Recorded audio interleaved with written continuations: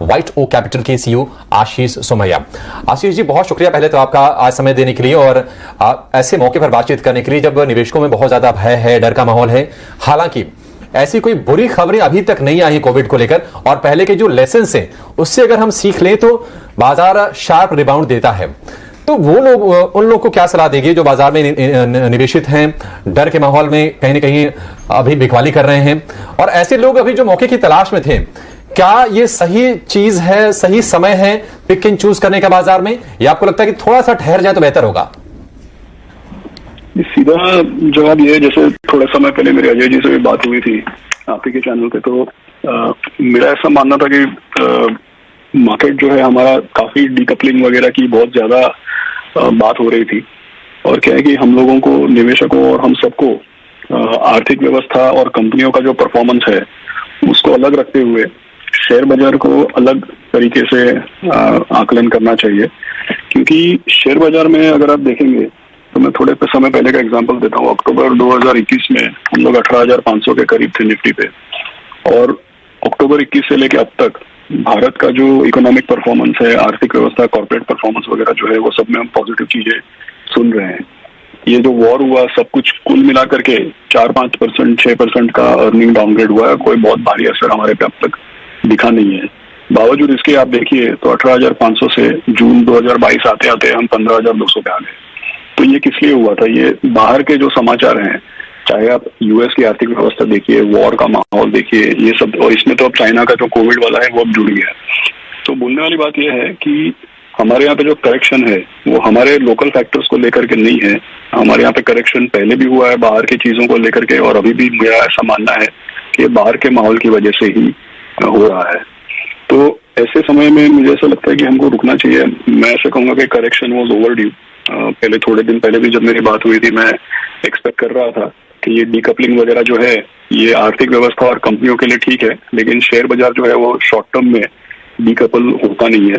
जब बाहर का माहौल खराब होता है, वहां पे जब सेलिंग होती है, वहां पे जब नेगेटिविटी फैलती है, तो उसका असर हमारे बाजार में भी दिखता है। तो आई थिंक जो निवेशक हैं, जो एग्जिस्टिंग इन्वेस्टर्स हैं, उन लोगों को ज्यादा पैनिक नहीं करना चाहिए, क्योंकि ये 3-6 महीने ऊंच नीच वाली बात है। लेकिन जो साथ ही साथ जो एग्जिस्टिंग नए इन्वेस्टर्स जो हैं, जिनके पास अभी लिक्विडिटी है, जिनको पैसा लगाना है, उनको भी कोई बहुत जल्दबाजी नहीं करनी चाहिए। हम लोग हमेशा लोगों को बोलते हैं कि आप liquid fund, ultra short term fund में पैसा रखिए और 6 महीने के पीरियड में धीमे धीमे इसको मार्केट में एंट्री कीजिए। बट मुझे ऐसा लगता है कि इमीडिएटली कोई ज्यादा चेंज नहीं होगा। आई थिंक इस तरीके की ऊंच नीच चलेगी अभी थोड़े समय के लिए। ओके, आशीष जी नमस्कार, मैं सृष्टि बात कर रही हूँ। तो जो आपका व्यू था मार्केट्स पे, वो क्लियरली हम पैन आउट होते हुए देख रहे हैं। पर जैसा कि आप बोल रहे थे कि लॉन्ग टर्म इन्वेस्टर्स के लिए बहुत लंबे समय में देखें तो चिंता की बात नहीं है, बट ऐसे माहौल में आने वाले समय में एक स्टैगर्ड मैनर में कौन सा ऐसा आपको सेक्टर लगता है जो कि अच्छी तरीके से परफॉर्म कर सकता है? क्योंकि साल के दौरान 2022 की बात करें तो कई, जैसे ऑटो सेक्टर चमकता नजर आया, वहीं आईटी सेक्टर की जो हालत थी वो और खराब होती चली गई। 2023 के लिए कौन सा ऐसा सेक्टर आप मानेंगे जिससे थोड़ा सा बच के रहना चाहिए वैल्यूएशंस और बाकी मूड और माहौल को देखते हुए, और साथ ही कौन सा ऐसा सेक्टर जो है आपको पसंद आ रहा है जिसकी स्टोरी जो है उभरते हुए नजर आ सकती है? तो सृष्टि जी, पहले मैं ये क्लैरिफाई कर दूं कि जैसे व्हाइट ओक में हम तो पोर्टफोलियो अपना डाइवर्सिफाइड रखते हैं, हम लोग सेक्टोरल इन्वेस्टर हैं नहीं। लेकिन आपका सवाल सेक्टर्स को लेकर के है, तो मैं ये बोलूंगा कि जैसे आमतौर पर अगर आप देखें तो आर्थिक व्यवस्था का सिचुएशन, क्रेडिट ऑफ टेक, ये सबको देख करके कई बार आई एम श्योर चर्चा हुई होगी कि बैंकिंग अच्छा सेक्टर है, तो वो सब दोहराने का कोई मतलब नहीं है, सभी समझते हैं वो। लेकिन उसके अलावा अगर आप मुझे बोले तो अगले साल, 2 साल या शॉर्ट टू मीडियम टर्म में अगर आप बात करें तो जो नॉन लेंडिंग फाइनेंशियल जिसको हम बोलते हैं, जो पूरी की पूरी asset management, wealth management, registrars, exchanges, पूरे के पूरे मार्केट इंफ्रास्ट्रक्चर पार्टिसिपेंट्स, तो पूरी जो नॉन लेंडिंग फाइनेंशियल्स की जो सेगमेंट है, मुझे ऐसा लग रहा है कि उसमें काफी वैल्यू है। दूसरा अगर आप देखें तो आईटी है। अब ऑब्वियस है कि यूएस का माहौल देख करके अगर आप ऑन ग्राउंड देखें तो आईटी कंपनीज का कोई बहुत भारी डाउनग्रेड नहीं है, कहीं 5%, कहीं 7%, कहीं 2%। लेकिन अगर आप पी मल्टीपल्स देखें, शेयर के दाम देखें, तो काफी उसमें भारी गिरावट हुई है। अब कहीं कहीं पे जाके ये बॉटम आउट होगा और कहीं ना कहीं पे सेक्टर रोटेशन जरूर होगा। साथ ही साथ में अगर आप देखें पूरा साल ऑयल, मेटल, कमोडिटी, सिक्लिकल्स, इन सब का बोलबाला रहा क्योंकि वॉर का सिचुएशन था। लेकिन आप लॉजिकली देखिए कि अगर यूएस की आर्थिक व्यवस्था यूरोप की आर्थिक व्यवस्था और चाइना में नया कोविड का वेव, ये सब देखें तो तेल, मेटल, कमोडिटी, सिक्लिकल, ये सब के दाम ऊपर क्यों होने चाहिए? ये तो केवल एक वॉर को लेकर के जो फियर था या सप्लाई साइड कॉन्स्ट्रेंट की बात थी, उसकी वजह से चल गया। सो आई थिंक सेक्टर रोटेशन की पॉसिबिलिटी है 2023 में।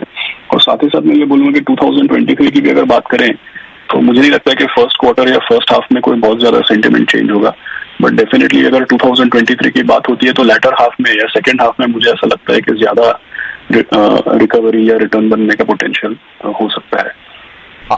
आशीष जी, वही हम आपसे जानना चाहेंगे। दरअसल देखिए, जो निवेशक होते हैं, जो दर्शक होते हैं, उनके मन में होता है कि बाजार में यहां से क्या, क्योंकि इस साल देखिए बैंकिंग को लेकर बहुत ही पॉजिटिव व्यूज आए थे और बैंकिंग ने वो परफॉर्मेंस करके दिखाया भी। लेकिन हाल फिलहाल जो प्रॉफिट टेकिंग आई है, खासतौर से अगर हम आज की ही बात कर ले तो जो छोटे सरकारी बैंक है वहां पर बहुत तेज बिकवाली है और कहीं ना कहीं अब ये चर्चा हो रही थी कि अब जो रे रेटिंग के सारे जो ट्रिगर्स थे वो खत्म हो चुके हैं। क्या आपको भी ऐसा लगता है और बैंकिंग को लेकर आगे आपका क्या व्यू होगा? इसी ओवरऑल बैंकिंग में तो कंस्ट्रक्टिव रहेंगे, क्योंकि हमारा जो लोकल कंडीशंस हैं, देखिए अगर आप $22 बिलियन की या जो भी 20-22 बिलियन FII सेलिंग की अगर बात करें, तो मैंने कहीं पे डेटा जो हम एनालिसिस करते हुए बता रहा था कि 20-22 बिलियन की जब FII सेलिंग थी, उसमें से $10 बिलियन बैंक्स में और $9 बिलियन IT में भी। तो जब इतनी फॉरेन सेलिंग हुई है तो क्या सेल होगा? जो है पोर्टफोलियो में वही सेल होगा। तो काफी सारा जो बैंकिंग और IT है वो इन कारणों से भी सप्रेस था।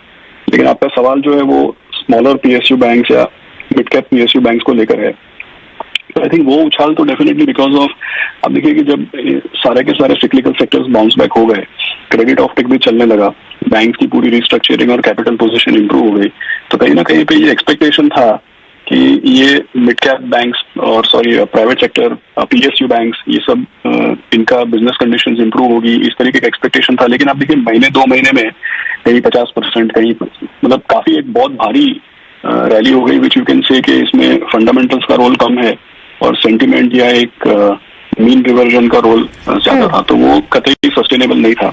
एंड आई डोंट थिंक उसमें स्पेकुलेट करना चाहिए। ओके आशीष जी, बस इसी के साथ हम आपका बहुत बहुत शुक्रिया करें।